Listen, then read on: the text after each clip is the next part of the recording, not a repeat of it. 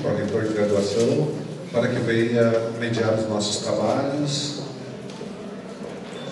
Professor Lucídio, nosso presidente do Forgrade, professor Marcos, presidente do ForProEx, para que possamos dar sequência às atividades.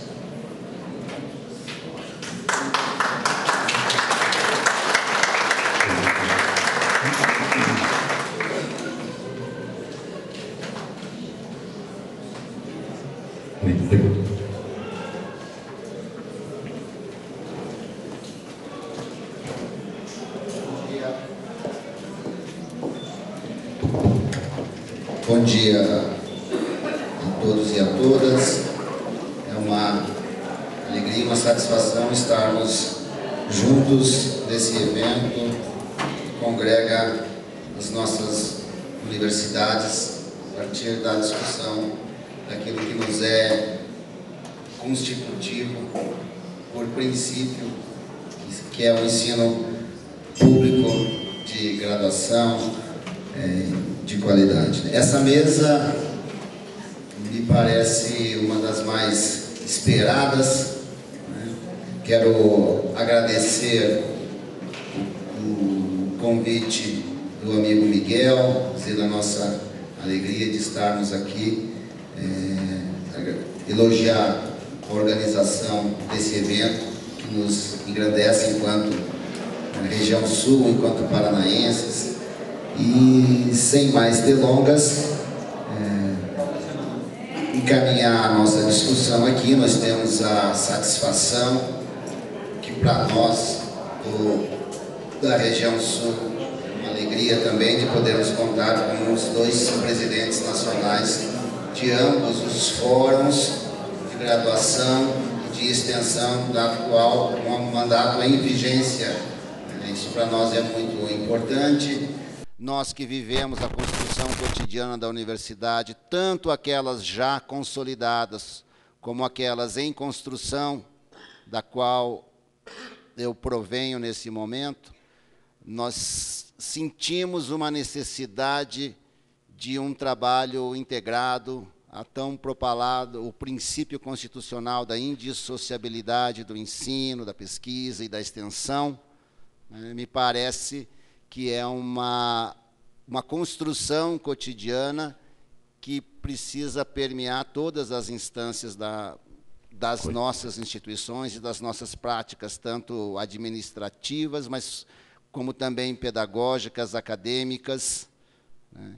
E eu acho que o mote da questão da curricularização da extensão tem nos motivado a pensarmos a necessidade dessa articulação em outros moldes. Eu me sinto muito à vontade para estar aqui coordenando essa mesa, não só porque estou entre amigos na nossa casa, entre os pró-reitores de graduação numa universidade pública, mas também por ironia do destino na minha trajetória profissional. Eu já ocupei o cargo, né, na minha querida, gloriosa e amada UniOeste, de onde eu provenho, né, o cargo de pró-reitor de extensão durante um mandato todo, e aí, por questões de trajetória pessoal, eu acabo hoje sendo responsável pela pró-reitoria de graduação. Então, para mim, é muito cara essa questão e a articulação entre essas duas dimensões formativas é bastante interessante. Acompanho a luta histórica, né, do Fórum Nacional de Extensão, que já foi chamado, né, o primo pobre do tripé, né? Parece que a graduação agora está querendo reivindicar essa bandeira. A gente acha isso, né, complicado se a coisa fica colocada nessa dimensão, né, de quem é mais, quem é menos, quem pode mais, quem pode menos, nas diferentes questões. Eu acho que a própria bandeira da curricularização da extensão hoje, como um princípio consagrado no Plano Nacional de Educação, entre as metas do Plano Nacional de Educação, né, é, sim, um reflexo, né, é um momento histórico dessa luta. Simultaneamente, nós aqui internamente e até nas nossas discussões no Estado do Paraná, nós contrapomos, em termos, né? Fizemos até, e a gente deve ao colega Miguel Arcanjo, o trocadilho, né, de que se temos que pensar a curricularização da extensão, nós fizemos, né, um contraponto, uma brincadeira com as palavras, do tipo, e a gradualização da extensão e da pesquisa. Ou seja, mais uma vez, o pano de fundo da necessária prática da indissociabilidade e que condições nós temos de fazê-la. Isso posto, eu acho que é um tema candente, eu gosto, para registrar, eu vim acompanhado da minha colega pró-reitora de extensão, professora Gisele Chinora, aqui, eu acho que, não conheço os demais, mas acho que nós, né, isso já é um sintoma que essa mesa teve, inclusive esse chamariz, né, tem motivado as pessoas em relação a esse tema, né, que, né, nós precisamos construir um entendimento em torno dele. Bom, rapidamente, né, então eu já passo a palavra ao professor Lucílio Rosa Santos, que é o presidente da Forgrade, para as suas considerações. Na sequência, o professor Marcos Antônio, e depois nós passamos para os nossos debates, procurando ao máximo cumprirmos com os horários, né, Miguel? Então, com a palavra, o professor Lucílio. Até 30 minutos, professor. Bom dia, mais uma vez, a todas as pessoas que aqui estão. Quero cumprimentar aqui meus colegas de mesa, dizer que, para mim, é uma honra fazer parte dessa mesa e poder expor aqui alguns pensamentos acerca desse tema da curricularização da extensão. Mas, antes, eu quero parabenizar ao professor Miguel Arcanjo, nosso coordenador do Forgrade Sul, pelo excelente evento que nós estamos aqui vivenciando, desde da recepção, da forma calorosa, como nós temos sido tratados, e dizer que isso, para mim, é algo muito importante, porque, como eu disse ontem, um fórum é um movimento de pessoas, e esse movimento ele precisa ter articulação, não só nas questões acadêmicas, mas também nas questões pessoais. Então, Miguel, meus parabéns, muito obrigado. E eu vou ficar em pé, porque eu acho que em pé eu vou fingir melhor, porque eu estou morrendo de frio, tá bem? E eu acho que assim eu não vou, né? Bom, eu vou começar falando do Forgrade. O Forgrade, ele é uma... Pode clicar. Ele é uma instituição. Ele se constitui como uma instituição. Já lá dos anos de 1988, ele se faz movimentar através desses encontros regionais e nacionais. Ele tem feito isso todos os anos. Ele tem como objetivo essa congregação das IFES, das IES, perdão. E o que ele quer, de fato, o fórum, é fortalecer as ações que nós já fazemos nas nossas instituições, mas que muitas das vezes, também por algo que eu falei ontem, nós estamos aqui como gestores prestando um serviço, já que nós somos docentes, e essas ações elas se fortalecem na medida em que nós encontramos nas outras instituições similitudes, diversidades, e esses contrastes, mas também essas trocas, acabam nos formando como gestores, e eu penso que nos formando como docentes, como servidores das nossas instituições. E ele tem, o fórum, 3 princípios, que são princípios que eles têm que se traduzir nas nossas atitudes. O primeiro deles é, de fato, a defesa da autonomia da universidade. Mais do que constitucional, isto deve ser uma bandeira cotidiana. Nós precisamos alimentar esse princípio da autonomia. Então, o nosso trabalho ele tem que se fundar nesse princípio da autonomia. E, para ser autônomos, nós precisamos ser, primeiro, pessoas que têm convicção de qual é o nosso papel, de qual é o nosso domínio, de quais são os nossos limites, de onde nós estamos, de como nós nos localizamos, e onde nós nos localizamos. E depois eu vou tentar reforçar isto.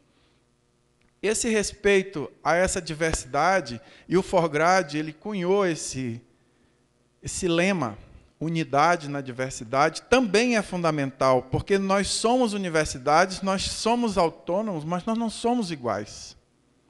Nós somos diversos. Mas nós precisamos encontrar a unidade nessa diversidade. E esse incremento a essa indissociabilidade. Eu vou falar sobre indissociabilidade. Eu não vou falar sobre extensão. Quem vai falar sobre extensão é o meu colega, presidente do Fórum de Extensão, porque eu acho que a propriedade é dele. Por favor. Bom, as estratégias do Fórum, então, são essas: uma reflexão coletiva, o incremento de intercâmbio, um fortalecimento nas relações com as outras instituições, e aqui eu penso que nós estamos vivendo um período, não é de agora, é de um certo tempo, de um certo enfraquecimento ou de uma certa instabilidade nessas relações com esses outros segmentos. E eu faço aqui um apontamento e uma crítica, principalmente ao governo federal, com as entidades, com os setores do governo federal, que não são fáceis de nós fazermos essas interlocuções. E, finalmente, é preciso que nós, enquanto pró-reitores, nos assumamos como portadores de uma ação política.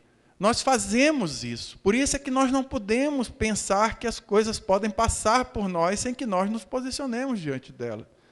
Nós somos pró-reitores em função da política institucional, do lugar de onde eu venho e do setor de onde eu falo, que aqui, no nosso caso, é o ensino de graduação, mas eu podia estar falando de qualquer uma das pró-reitorias, não é?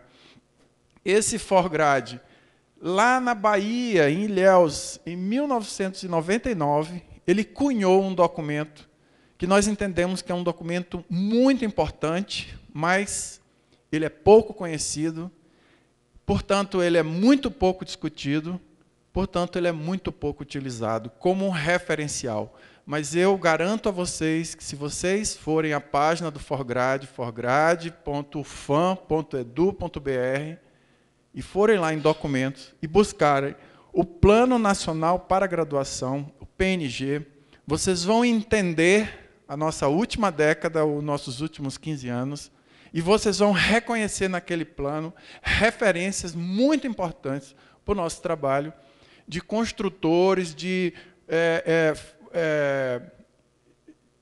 agentes que têm que dar continuação às políticas para o ensino de graduação das nossas instituições e até mesmo da educação superior no Brasil.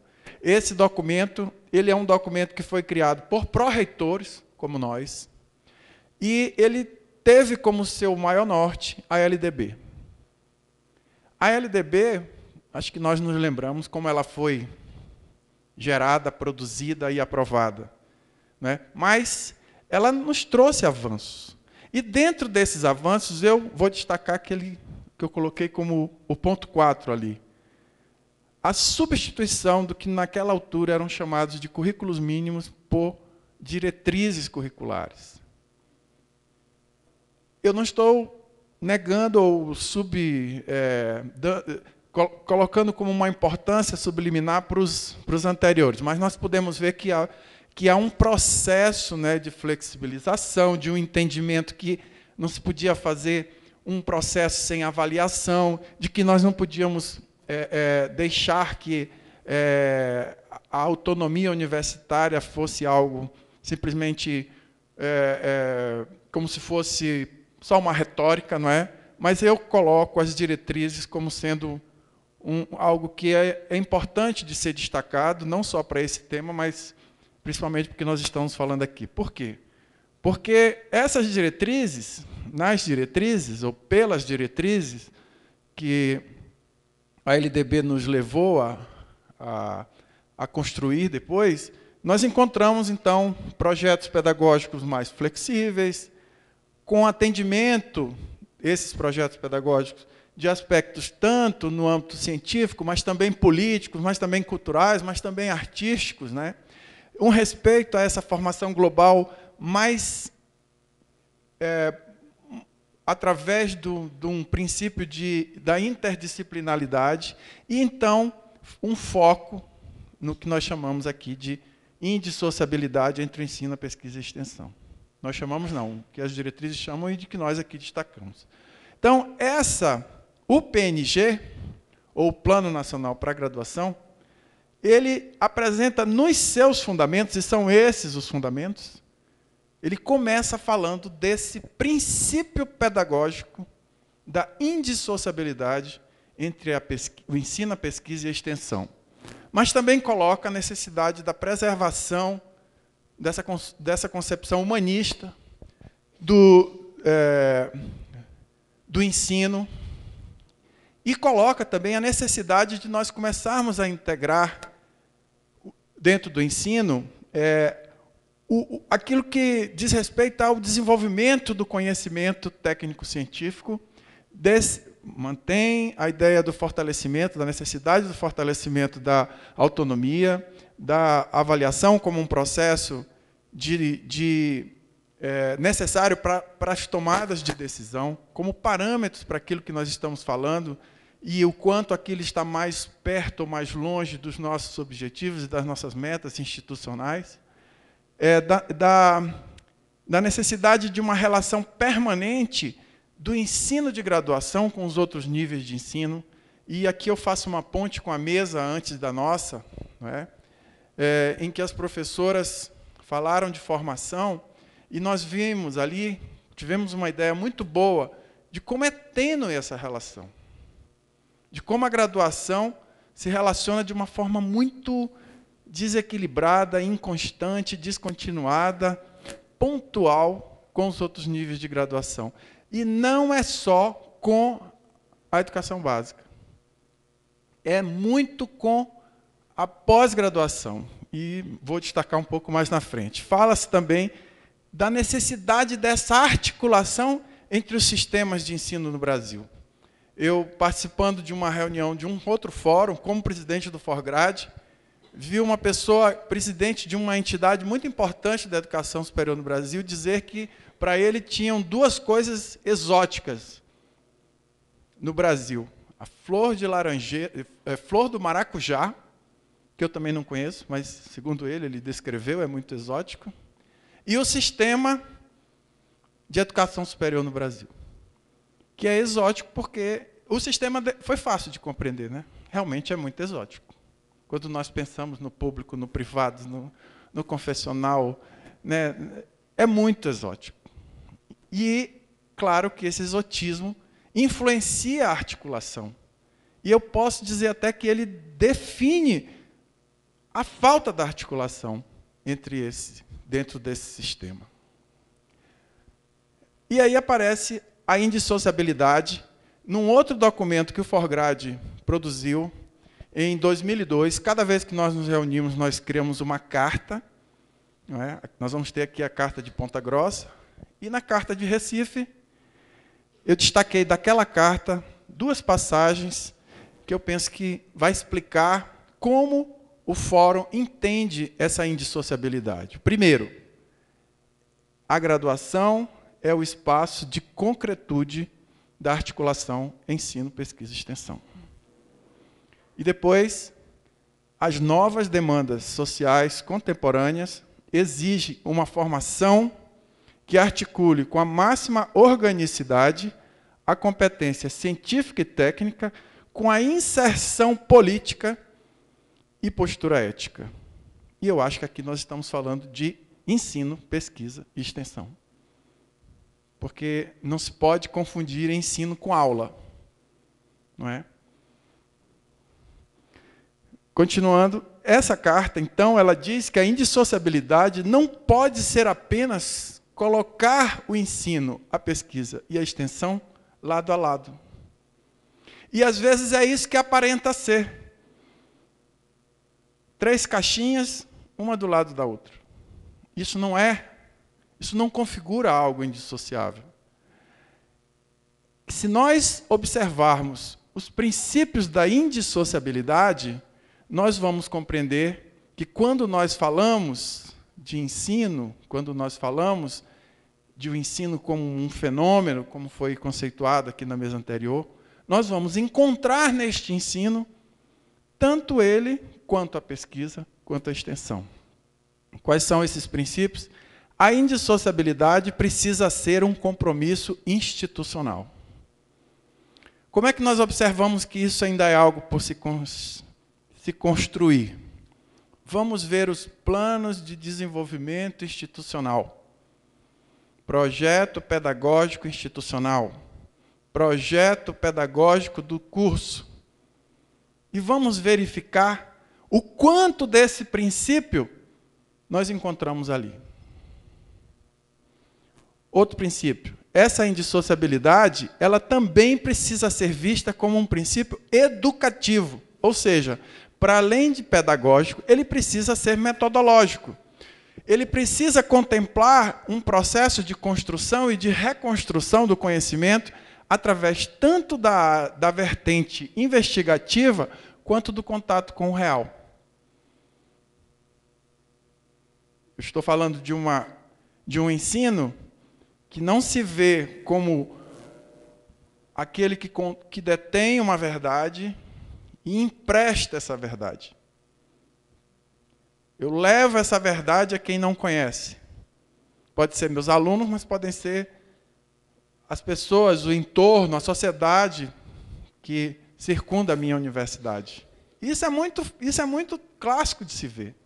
A extensão como uma prestação de um serviço para alguém que necessita desse serviço. Mas esse conceito, esse princípio diz que não, que esse, como princípio, ele é um contato para uma troca. Eu também aprendo com o real. O conhecimento, mas para isso, eu preciso conhecer e reconhecer quais são as necessidades do local onde eu habito, onde eu atuo, com quem eu interajo. E muitas das vezes isso não acontece. Eu aprendi como pró-reitor que toda universidade tem que ter uma vocação. E que nós não podemos ter as mesmas vocações. Porque seria negar que o real é diverso. Eu venho de uma universidade, quem não conhece o estado do Amazonas, é um outro planeta. Eu vi a professora falando do PAFOR, no Paraná, como é diferente. O PAFOR do Amazonas é completamente diferente do PAFOR do Pará. O Pará tem 2/3 do seu território servido por estradas. Você sabe quais são as nossas estradas? Rios. Sabe como se mede o tempo no Amazonas? Por dias. Não é por horas. Porque uma viagem de barco, às vezes, duram semanas. Isso não nos torna coitadinhos, isso nos torna diferentes. E se eu tratar o diferente como igual, eu muitas das vezes massacro quem é desigual.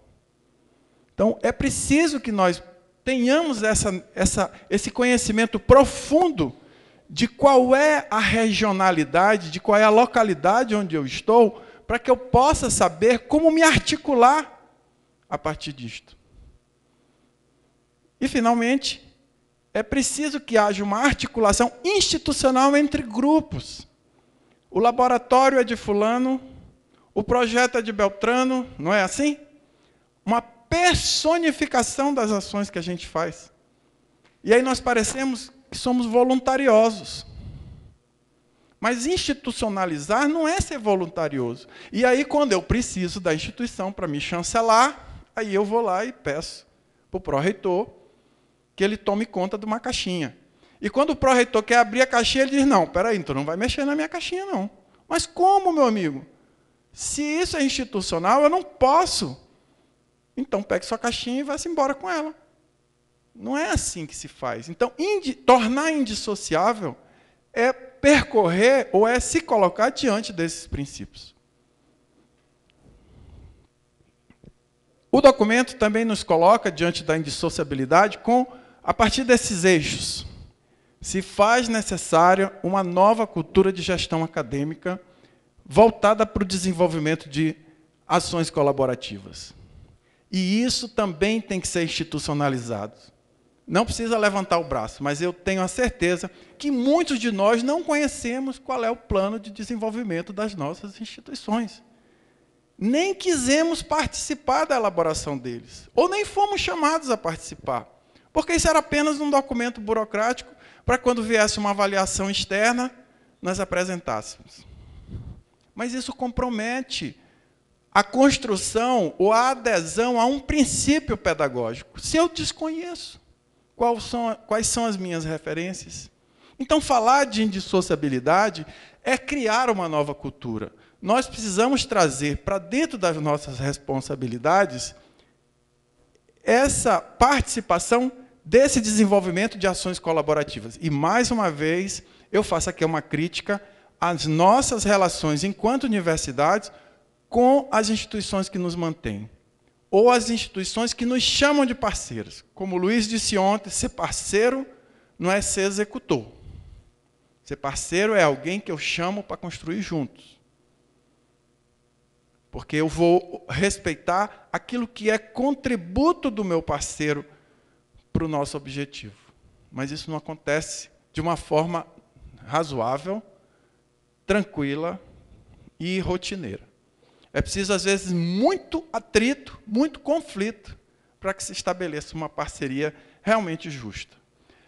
Os PCCs, eles precisam ser, de fato, construídos de forma solidária. E ser solidário, pessoal, é tentar romper. Eu vou dar um exemplo.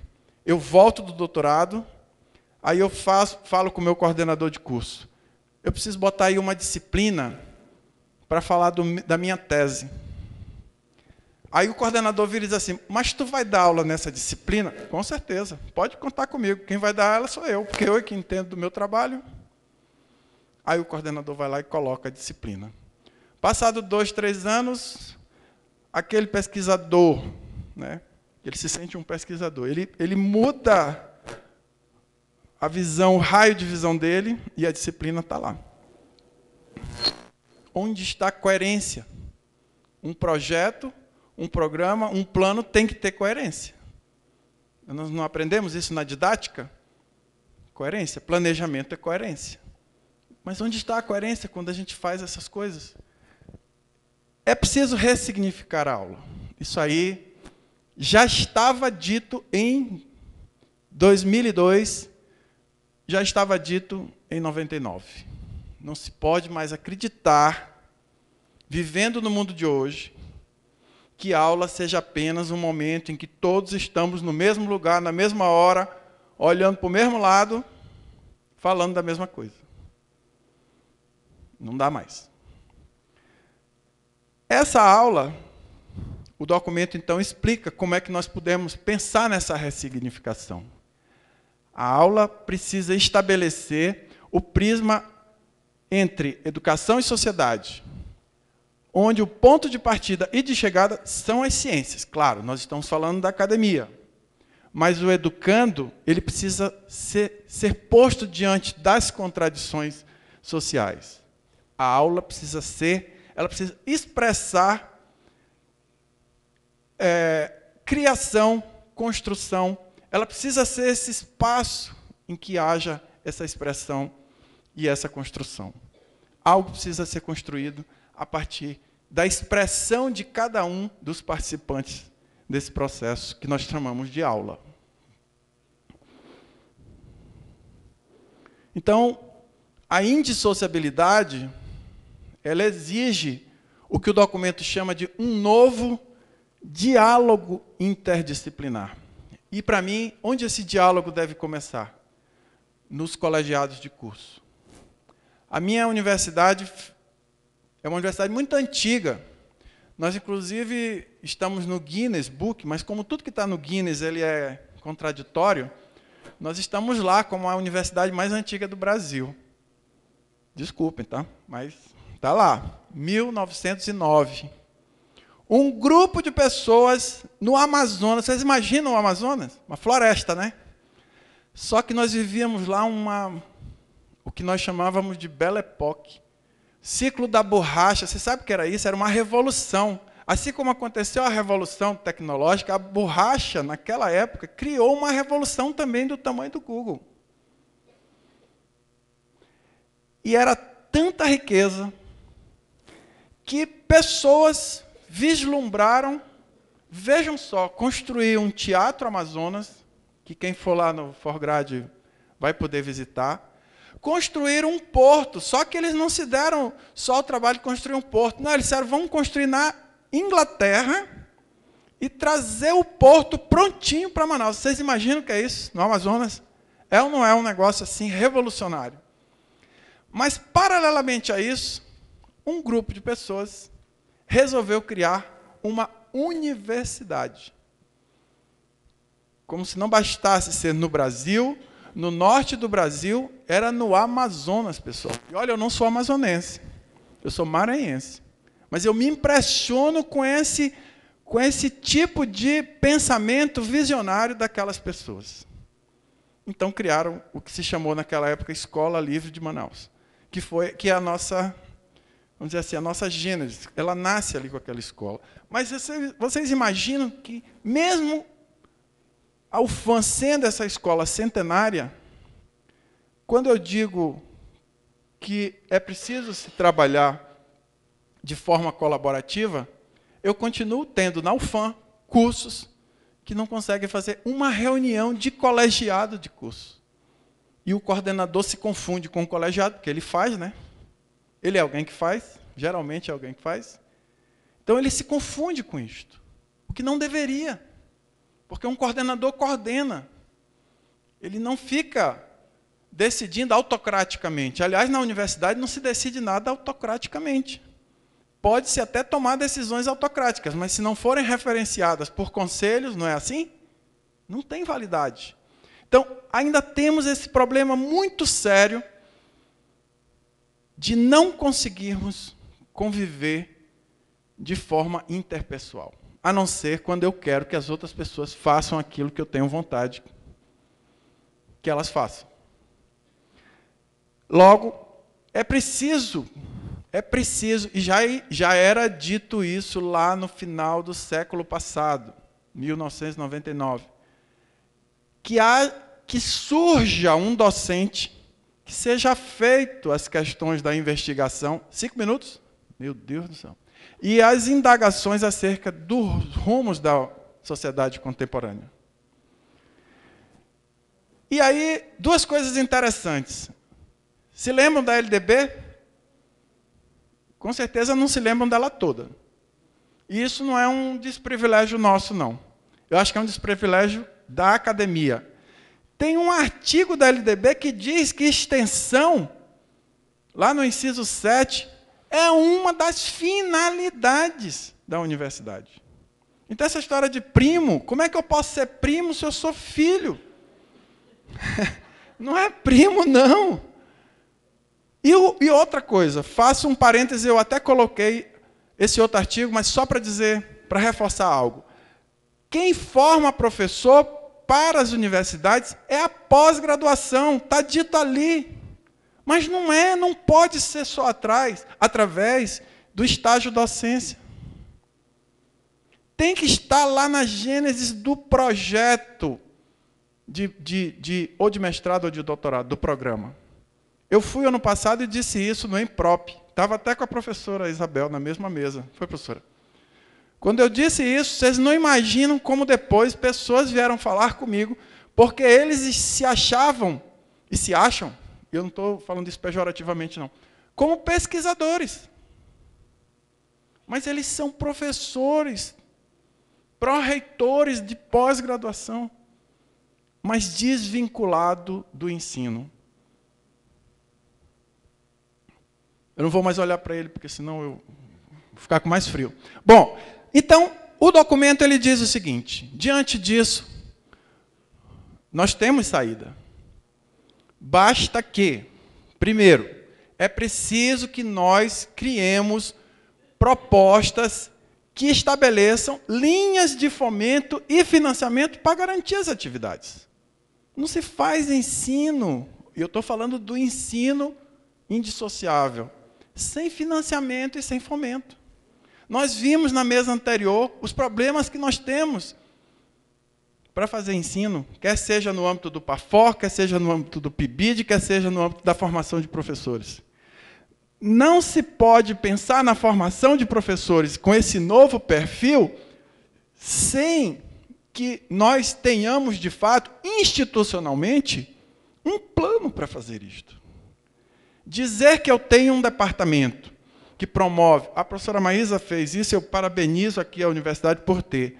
Mas isso precisa ser algo que todos nós estejamos convencidos de que seja algo normal. A minha universidade faz, aí bota sábado, o cara, não, peraí, eu já trabalho demais, de segunda a sexta, eu vou ao sábado. Ah, é EAD, mas, pô, peraí, EAD eu não gosto, EAD não vale nada. Quer dizer, isso tem que ser algo incorporado à nossa rotina. Isso precisa pontuar para a nossa progressão. Isso precisa ter horas. E é um trabalho que eu tenho que colocar no meu plano individual, que eu realizo.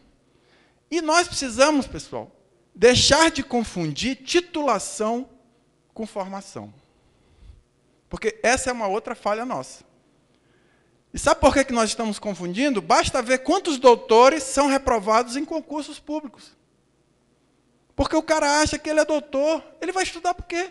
Aí vai lá, 10 temas, sorteia um, não é o que ele gosta, o cara é reprovado. Aí começa a dizer que foi perseguição, começa a dizer que era arranjado,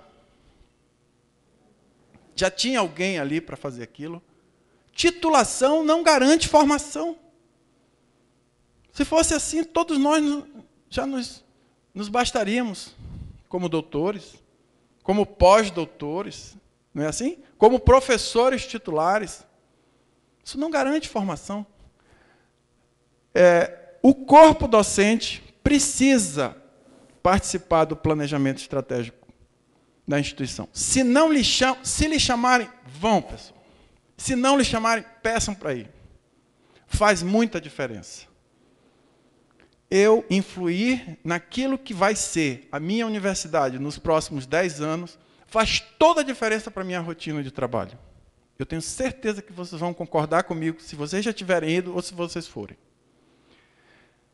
É preciso incentivar os docentes para que eles participem desses programas. Não pode ser algo também voluntarioso. Se eu estou falando que há necessidade dessa formação contínua, isso não pode ser simplesmente porque eu quero fazer.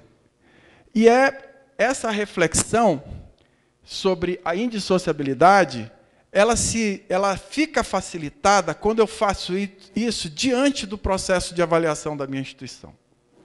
Quando eu me coloco diante de que docente eu devo ser, integrando o ensino, a pesquisa e a extensão, parece até que eu fico mais consciente do que é o processo avaliativo do meu curso, da minha instituição, e eu passo a colaborar positivamente com essa avaliação. Estou terminando. No Forgrad de 2015, em Brasília, foi feito também uma mesa como esta, e lá alguns pontos foram definidos como sendo linhas que o fórum deveria seguir na busca dessa superação dessas nossas insuficiências. E eu listei aqui: constituição de um GT, para que nós pudéssemos estabelecer esses parâmetros de como nós iríamos, então, buscar, inclusive, o atendimento, a meta 12 lá do PNE, que eu acho que o professor vai falar. A discussão com o MEC, muito prejudicado, acerca de como deveriam ser os mecanismos para fortalecer o financiamento, inclusive para o cumprimento da meta 12 da estratégia 7 da meta 12. O incentivo para consolidar propostas de práticas inovadoras de ensino. A intensificação também do Forgrad com os outros fóruns, especialmente com o fórum de extensão. Ontem à noite nós jantamos juntos e ali também trocamos a mesma impressão. Se faz necessário uma conversa entre o fórum de graduação com o fórum de extensão, com o fórum de pesquisa e pós-graduação. Solicitar ao CNE orientações quanto à acreditação, porque também já foi dito desde ontem, não é? As dúvidas que todos nós temos sobre essa acreditação, que vem lá da estratégia 7. Eu sou da educação física. Se eu disser que no meu curso nós vamos trabalhar com 10%, eu vou diminuir o plano voltado às ações de extensão que o meu curso faz. Então, essa quantificação não pode ser algo assim tão pensada de uma forma tão quantitativa apenas, não é? Para a formação do nosso graduando, é preciso fazê-lo entender que não há mais formação para carreiras homogêneas.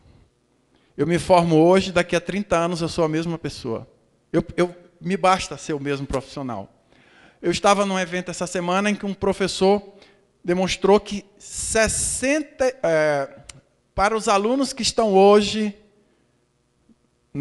no ensino fundamental, 65% das carreiras que aqueles alunos vão seguir ainda não foram inventadas. Vocês já pensaram nisso?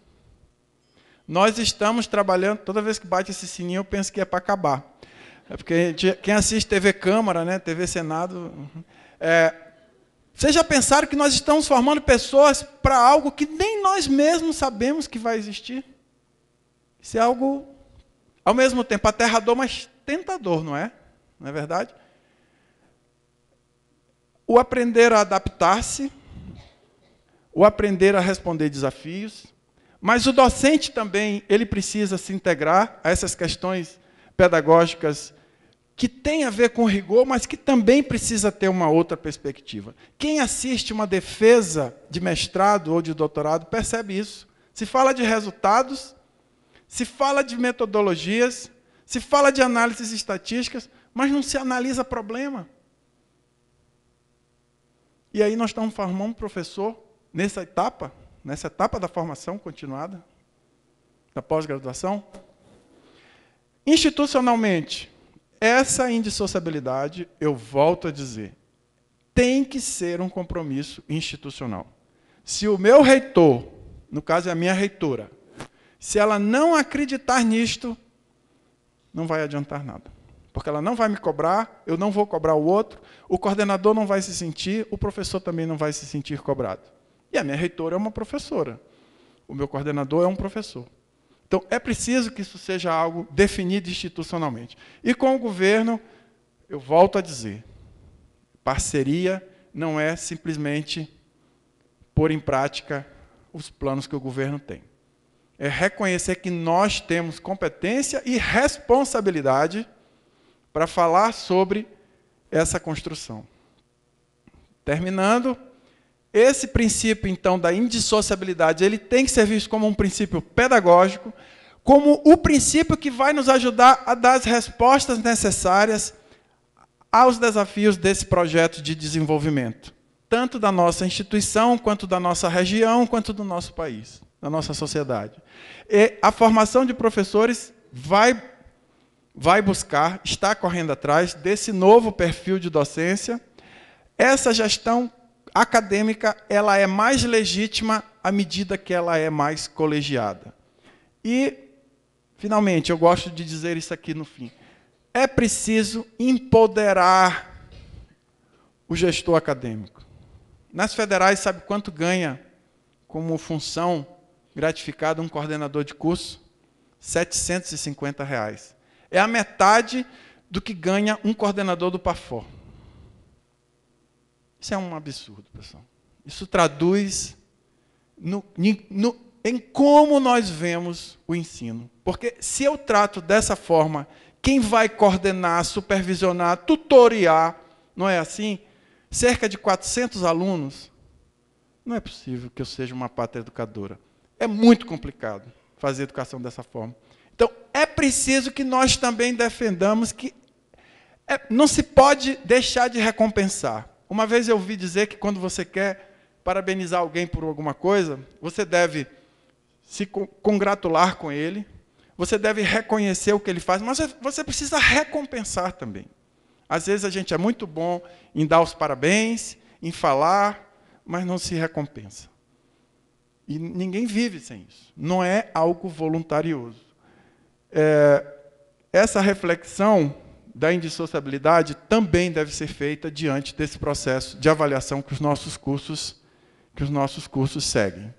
E eu deixo aqui uma frase que está lá também no documento, instigando vocês. O que eu gostaria aqui é de fazer uma introdução à fala, que eu penso que quem vai falar sobre extensão é o professor, mas eu queria que vocês fossem visitar esse documento, para que vocês pudessem ver como a realidade que está imposta a nós hoje estava já imposta como desafio há mais de uma década, e nós já temos referenciais muito importantes. O que nós precisamos agora, para finalizar, é não fazer o que eu fiz, deixar de falar muito. Falar muito e... Como é que a professora Maria Isabel fala? Ela diz, os professores precisavam falar menos, ouvir mais, escrever menos e ler mais. Eu acho que é uma boa provocação para nós, não é? Obrigado.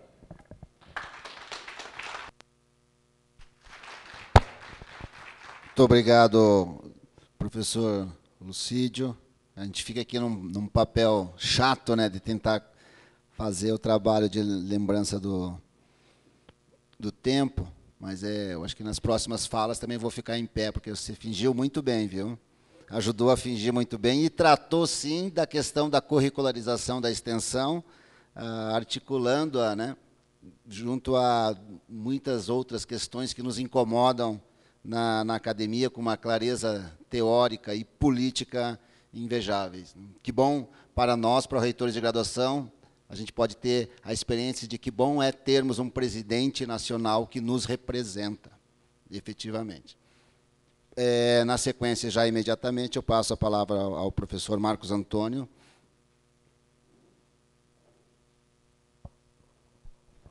Bom dia a todos e todas. Eu primeiro queria agradecer o convite, dizer da importância, significado de todos esses momentos de debate. Portanto, a Alforgrade, para nós, é sempre um espaço de construção, né, de diálogo e de interação. Além deste compromisso, eu tinha um compromisso especial com o professor Maria Elisa, que tinha convidado para estar aqui em Ponta Grossa, e coincidiram as duas coisas, e eu não pude estar em função de um compromisso com o conselho universitário da minha universidade, então eu vim finalmente conhecer Ponta Grossa, que é uma alegria estar aqui. Eu queria, muito rapidamente, nós estamos muito premidos pelo tempo, eu queria saltar algumas questões, fazendo 2 registros.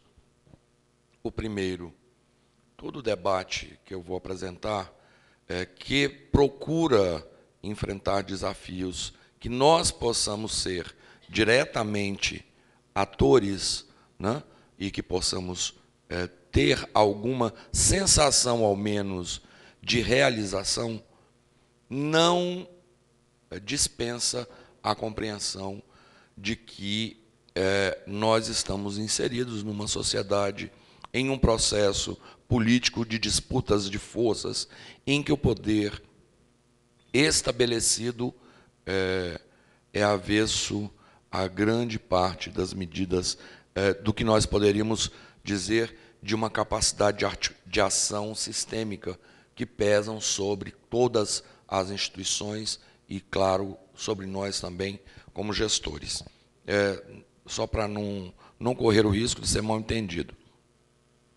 Eu queria remeter ao que nós chamamos de marco legal dessa discussão, o Plano Nacional de Educação, a lei, todo mundo conhece, né, em relação ao que nos apresenta. Esta lei é o Plano Nacional de Educação na meta 12, que fala sobre a educação superior, né, como é que ela deve, qual deve ser a sua trajetória ao longo da década, centrada como a meta, né, na elevação dos que têm acesso à educação superior e, em suas estratégias, discute como, no acesso, nós compreendemos a qualidade. O plano tem esta qualidade, né,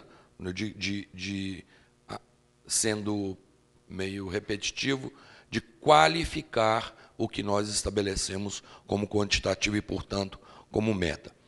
Na estratégia 7 desta meta, está assegurar, no mínimo, 10% do total de créditos curriculares exigidos para a graduação em programas e projetos de extensão universitária, orientando sua ação prioritariamente para as grandes áreas de pertinência social. Esse debate não é novo, ele remete, o professor Lucídio já aprofundou, remete à tão propalada e conhecida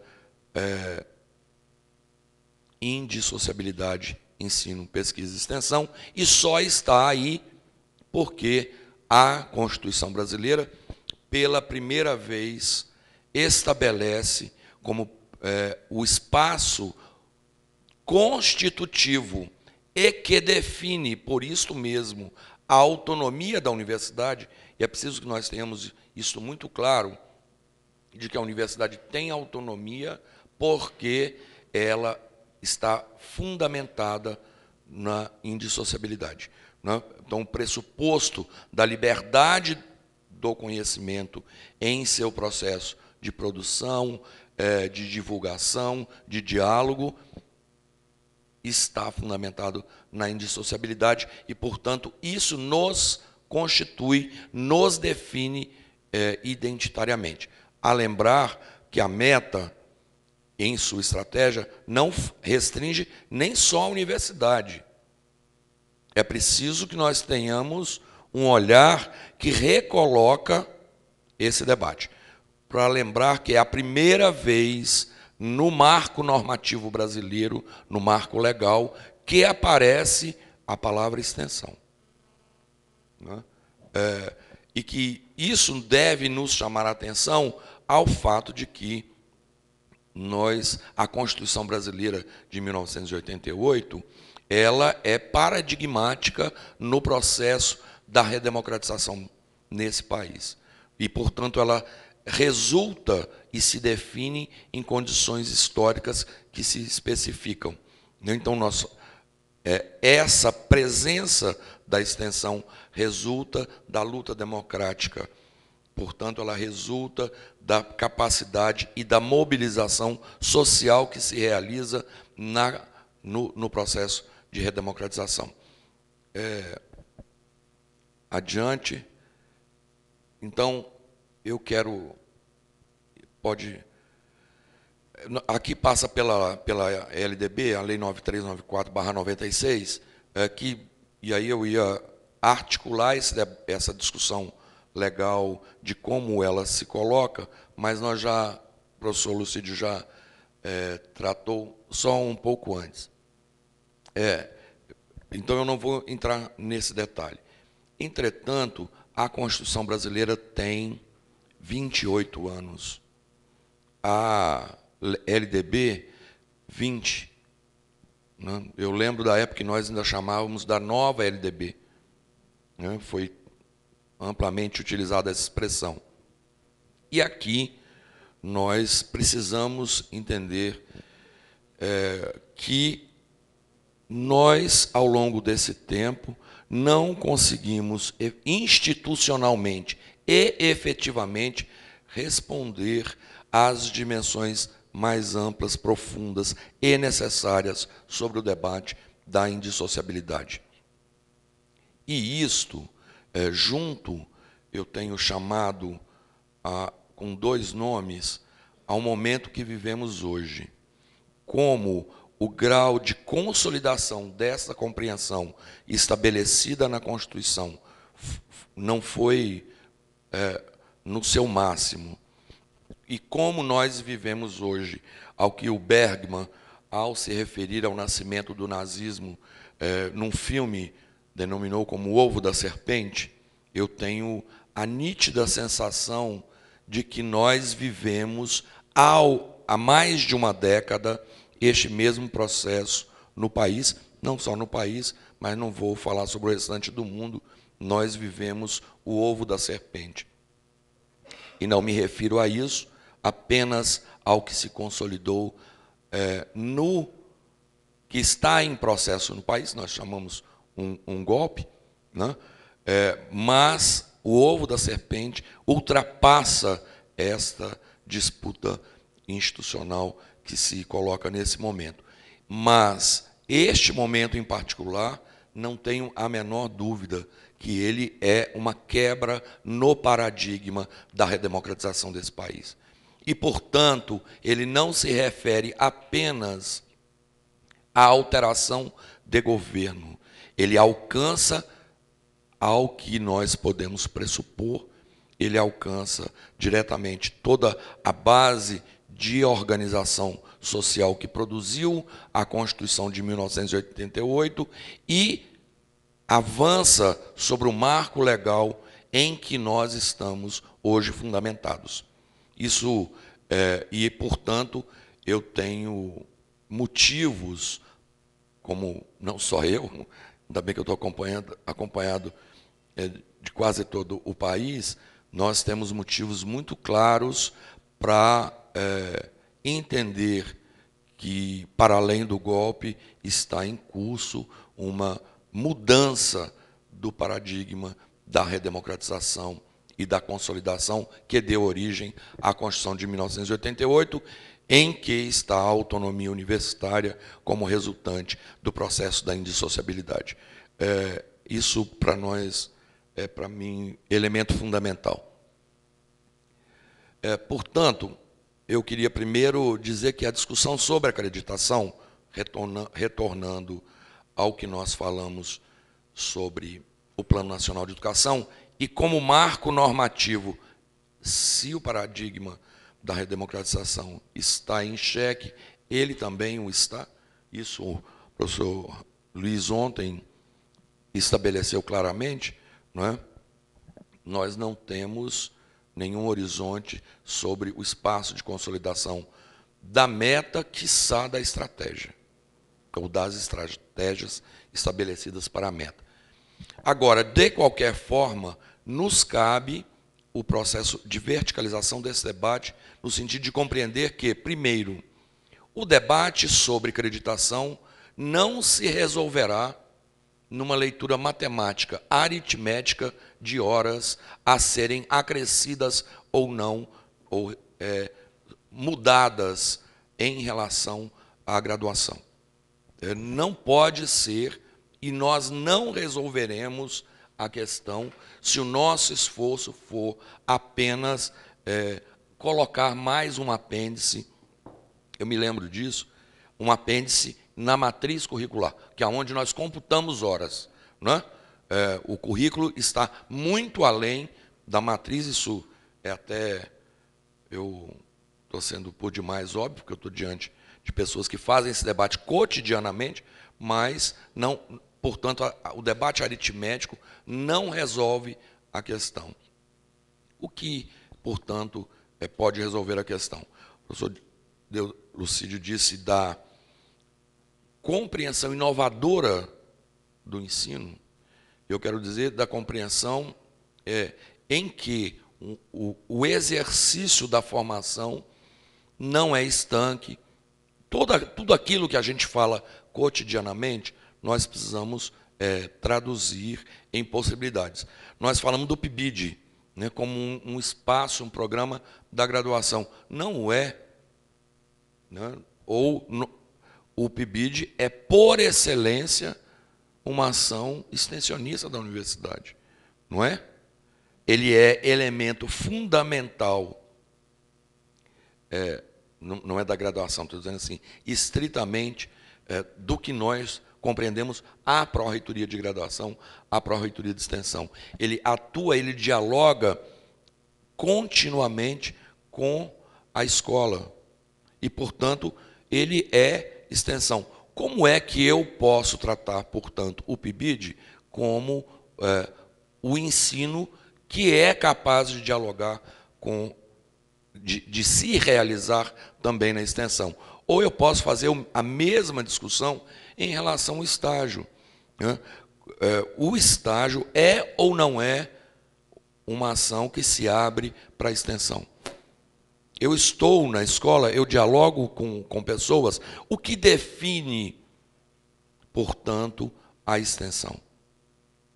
E aí, quando eu falo em visita técnica, em visita de campo, que se realizam nas disciplinas, como é que eu consigo, e aí é esse olhar inovador que é capaz de estabelecer isso, né, em que eu possa ter efetivamente continuidade, troca de saberes e possa ter o espaço coletivo, dos coletivos, que nós chamamos sala de aula, como um espaço de sistematização, de diálogo, de debate e de consolidação de processos que eu realizei em diferentes espaços com diferentes atores. Fora dessa compreensão, não é possível nós falarmos em implementar a acreditação e sem que a gente saia das nossas casinhas, né, em que eu estou preocupado em acrescer uma quantidade de horas no currículo, na matriz curricular especificamente, em que estas horas serão dirigidas, coordenadas, comandadas pela Pró-Reitoria de Extensão. Eu acho que esse não pode ser e não será. Traduzindo, nós estamos falando sobre a concepção de formação que nós discutimos, né? E ao discutir concepção, e eu estou falando mais aceleradamente, sem acompanhar aqui, não tenhamos dúvida que grande parte das mudanças que nós vivemos hoje estão acompanhadas de um novo olhar que o mercado tem sobre as universidades, sobre a educação superior.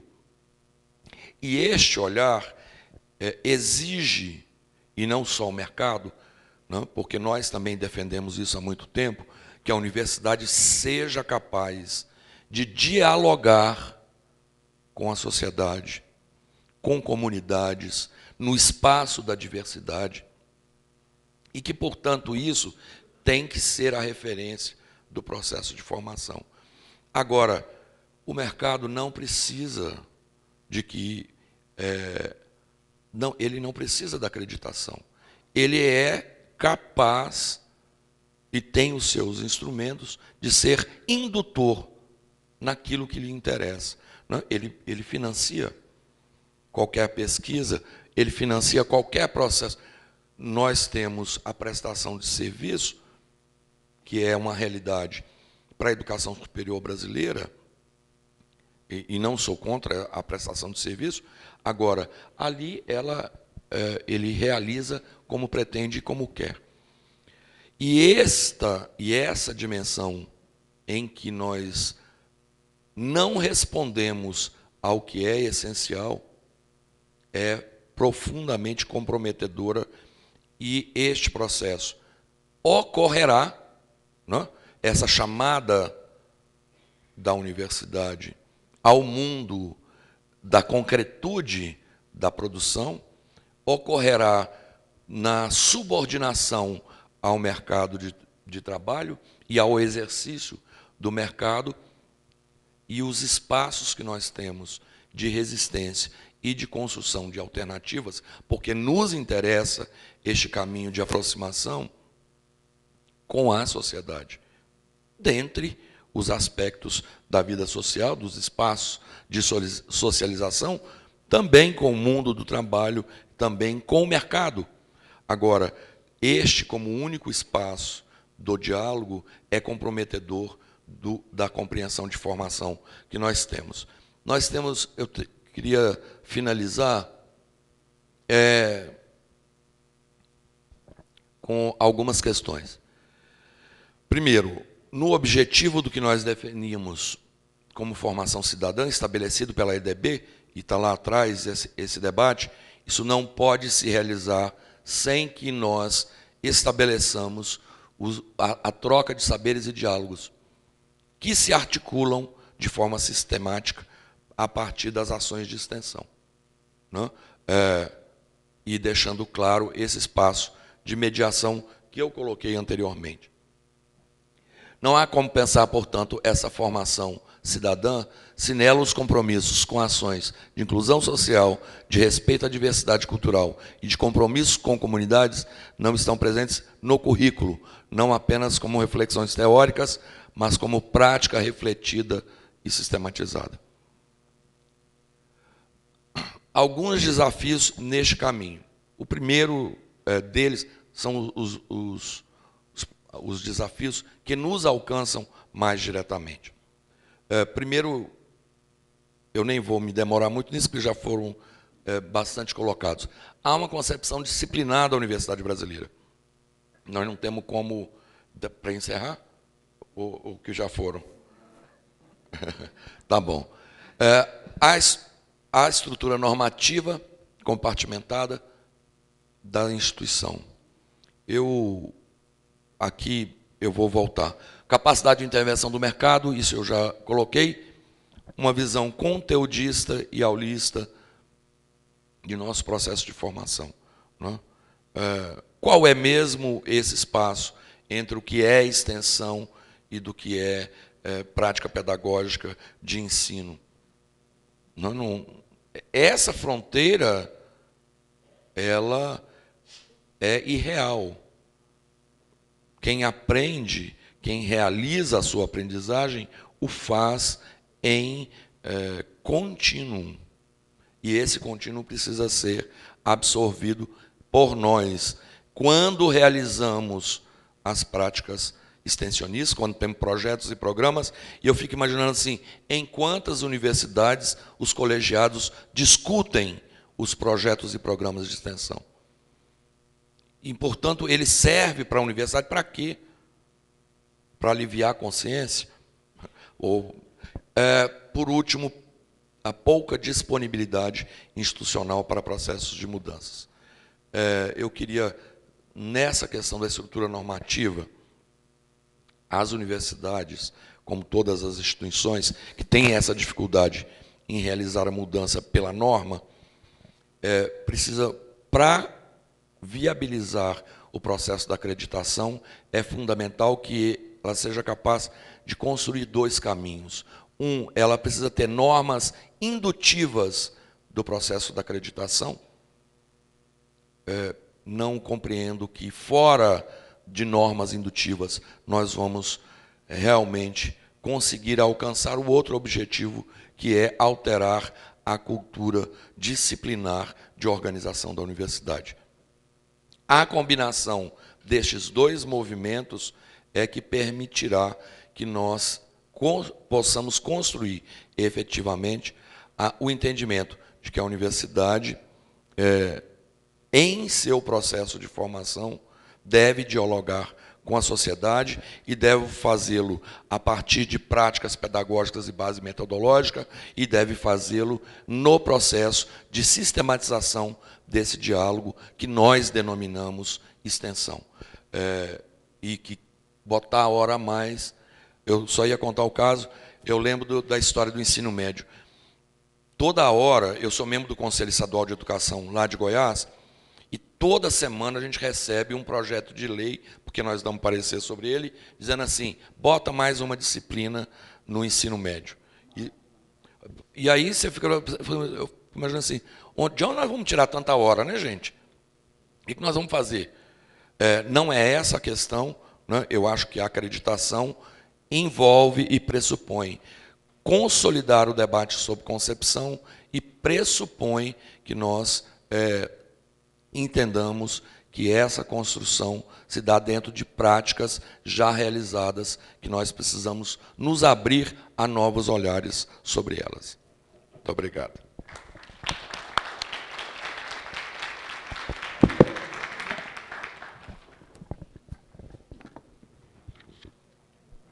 Muito obrigado, professor Marcos Antônio, que também tratou de maneira extremamente competente da questão da curricularização, recolocando-a, né, a partir da perspectiva da própria conceituação da formação do ensino superior e, para além disso, eu diria até por uma própria princípio de concepção de conhecimento, né, da própria formação e constituição ontológica, epistemológica e metodológica, para fechar aí essa questão. Nós estávamos aqui, às vezes as pessoas ficam achando que é uma falta de educação, nós ficamos numa mesa olhando para os nossos, né, instrumentinhos de trabalho, mas a gente, que são de trabalho nesse sentido, né, estávamos aqui articulando aqui essa sequência e já existe aqui uma série já de elogios a essa fala em tempo real, né, vangloriando o padrão de qualidade da discussão colocada, tanto, né, por ambos os debatedores, e as pessoas também se preocupando com um pouco espaço de tempo que nós teríamos agora de resto para aquilo que é bastante enriquecedor dessa conversa, que é a parte dos debates. Me parece que, por princípio, por regra do evento, nós escolhemos perguntas somente perguntas por escrito. Então, eu gostaria de aclamar a plenária, que os meninos já estão passando aí para acolhermos as perguntas e nós aproveitarmos o máximo as perguntas. Professor Marcos, considerando a perspectiva apresentada em que o PIBID e o estágio também podem ser consideradas atividades de extensão, podemos considerar os 10% da obrigatoriedade da oferta da extensão nessas atividades? Exemplo, as 400 horas de estágio também poderiam ser incorporadas à carga horária da extensão, se o curso fosse de 4.000 horas, ou ser incorporada parte dessa carga horária? Uma mesma atividade pode ser contabilizada para 2 ações formativas nos cursos de formação de professores? Eu entendo que, primeiro, eu estou dizendo, quando eu disse assim, o PIBID e o estágio, eles se envolvem e se colocam no campo da extensão também. Isso aqui é norma. Nós podemos ter dupla contagem de horas? Portanto, agora, quando o que o estágio conta como horas, os espaços de debate que os estudantes têm para estar em sala, o tempo, como nós vamos computar essas horas em extensão? Nós não podemos fazer isso, desde que isso esteja ancorado em um projeto ou um programa da universidade. E aí a universidade precisa institucionalizar projetos e programas que contemplem essa atuação na escola. Esse eu compreendo que é um caminho para nós repensarmos, ou para nós repensarmos o que é o estágio e para que nós possamos dar consequência ao que está estabelecido na lei, no Plano Nacional de Educação.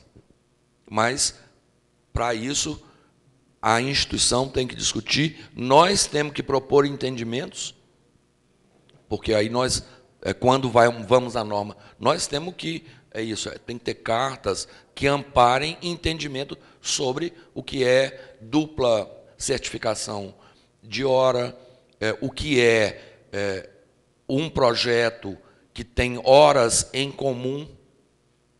Então, e esses são movimentos que nós devemos fazer para, inclusive, pautar o Conselho Nacional de Educação e os estaduais, que, em muitos casos, vão acompanhar a discussão em relação às universidades estaduais. Para não me alongar na resposta, que, claro, a gente pode debater aqui. Por último, nós precisamos institucionalizar projetos e programas de extensão que suportem isso e que produzam avaliações desses projetos e programas. Esse é um debate que nós estamos no auge dele agora no ForProEx.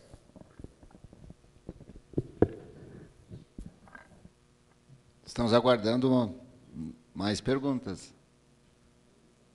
Temos mais uns 10 minutos.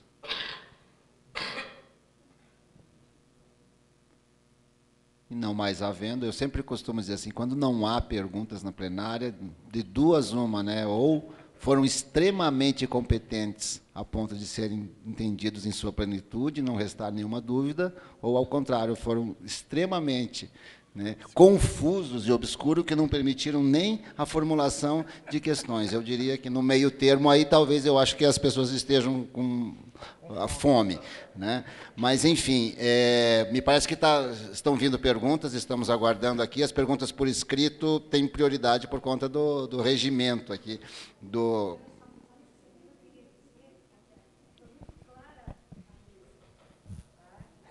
Você vota na primeira opção.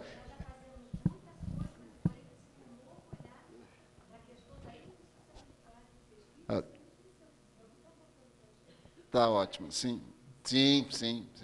É um comentário. Aqui chegou um comentário aqui, não sei se é teu ou de quem que é, porque não diz dirigido a quem que é, ou se é uma pergunta. A extensão, muito recentemente, ganhou mais espaço e status nas universidades, em uma ordem, mas em uma ordem hierárquica, que me parece que é isso. Ainda temos pesquisa, ensino, extensão, desenho até a escadinha aqui, né? A curricularização da extensão é uma forma de garantir mais espaço? Suponho que seja para... Isso, já passa, você já faz o teu apanhado geral, depois o professor Lucídio, você quer fazer um comentário? Não, depois que eu falar. Então, está ótimo. Vamos. Primeiro, eu sempre digo assim, da onde tirar essa palavra de que os pesquisadores, né?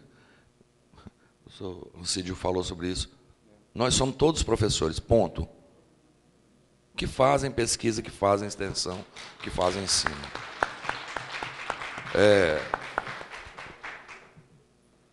Então, eu acho que há uma tentativa de aprofundamento da hierarquização.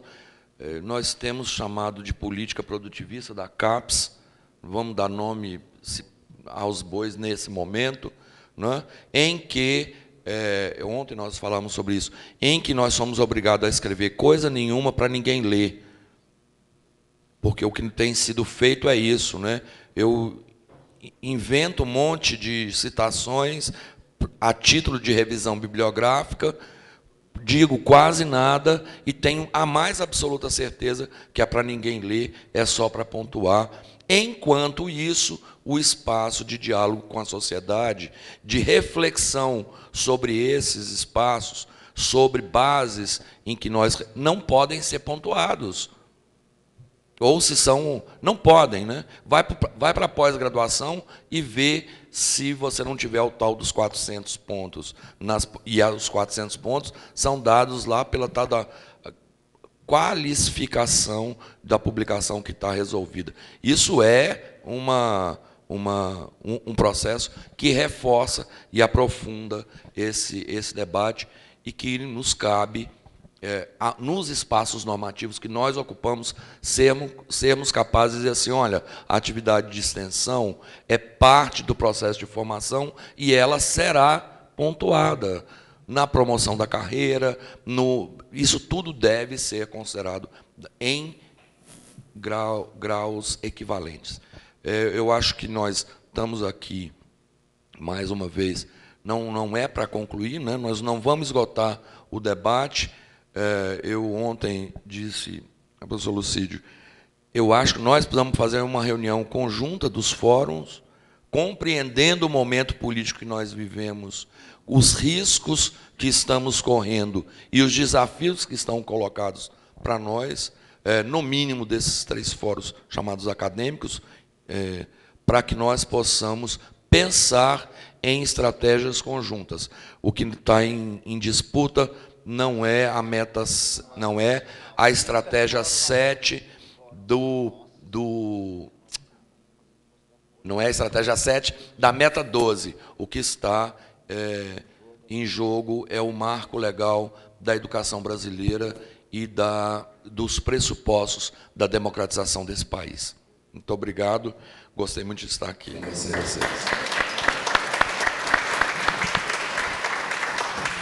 Bom, eu antes de finalizar, eu queria fazer um comentário sobre esse comentário último.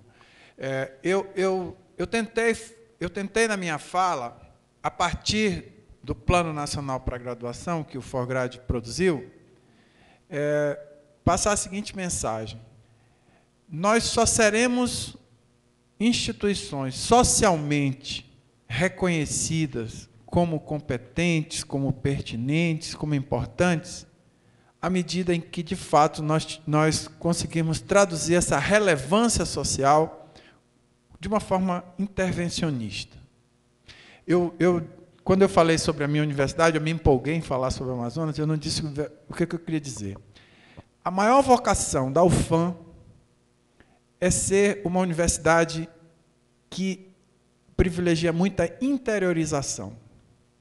Eu acho que é isso que nos referencia como uma instituição verdadeiramente social. Se a UFAM não fosse uma universidade no estado do Amazonas, na região norte do Brasil, vocacionada à interiorização, nós seríamos apenas mais uma universidade federal. Mas nós não somos apenas mais uma universidade federal brasileira. Por causa dessa certeza, dessa convicção. Quando eu fui diretor da minha unidade de ensino, cada novo professor que chegava, que passava no concurso, que assumia, eu chamava para uma reunião e eu dizia isso para ele. Porque nós precisamos, como instituição, defendermos o que a instituição professa. Se alguém chega com a sua titulação e acha que pode fazer o que ele acha que ele deve fazer, onde está a institucionalização do trabalho dessa pessoa? Então, a mensagem nós precisamos, como gestores, dominarmos muito profundamente aquilo que é a essência da minha instituição. E ou defender, ou criticar, e influenciar para mudar. Porque nós não precisamos seguir o que as outras fazem, pura e simplesmente porque as outras fazem. Nós precisamos de identidade. Se nós não tivermos certeza de qual é a nossa identidade, nós vamos ser apenas mais um. Quando eu dou grau a reitora não vai, me pede para dar grau, e é de licenciados, eu digo assim: disseram para vocês que ninguém precisa de mais professores? Aí todo mundo se assusta, né? Nós precisamos de bons professores. O Nova diz isso. Paulo Freire diz isso. Todo mundo diz isso. Isso não pode ser banalizado. Isso é uma verdade mais do que absoluta. Nós precisamos ser bons.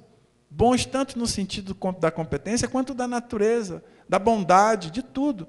E eu acho que não há bondade sem comprometimento, sem conhecimento, sem domínio, sem nós estarmos verdadeiramente cientes de onde nós estamos e qual é o nosso papel aqui. Então, eu queria reforçar que esses são momentos extremamente importantes para mim, por ouvir o que as pessoas têm a me dizer e como essas pessoas me influenciam para que eu possa, amanhã, continuar buscando ser alguém melhor, tanto quanto servidor da minha instituição, quanto um docente, quanto um gestor. Então, parabéns mais uma vez a vocês todos da região sul por essa nossa reunião. E eu quero dizer que eu espero que isto seja apenas mais um momento de entusiasmo para que nós continuemos, de fato, buscando ler mais e ouvir mais. Obrigado.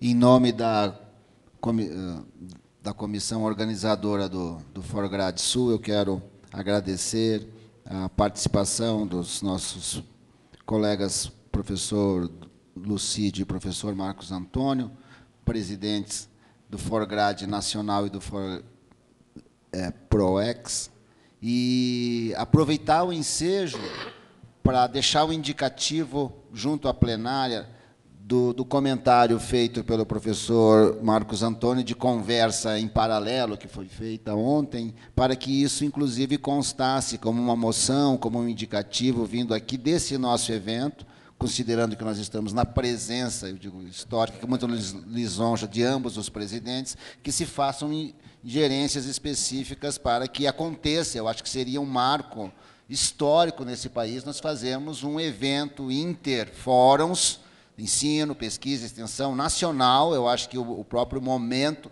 mostra isso, que seria, né, de um peso acadêmico, político-acadêmico, né, de resistência, inclusive, da academia frente ao, né, perigoso ovo da serpente que todos nós temos, né, sentindo já o bafo do autoritarismo chegando aí de várias e várias formas. E, em síntese, eu acho que essa mesa, mais uma vez, fico muito lisonjeado e feliz de ter presenciado e mediado esse debate. Eu acho que coloca a questão da curricularização num outro patamar. Eu acho que não encerra, com certeza, a discussão, nunca, mas dá, sim, alguns parâmetros para nós encaminharmos essa discussão internamente às nossas instituições e junto ao nosso sistema. Então, nesse sentido que eu fico muito feliz de estarmos aqui realizando esse debate. Então, muito obrigado a todos e a todas também pela paciência que tiveram de nos prestigiar até esse momento. Estamos sendo praticamente em cima do pedido. O Miguel está querendo fazer as vezes. Então, muito obrigado a todos e a todas.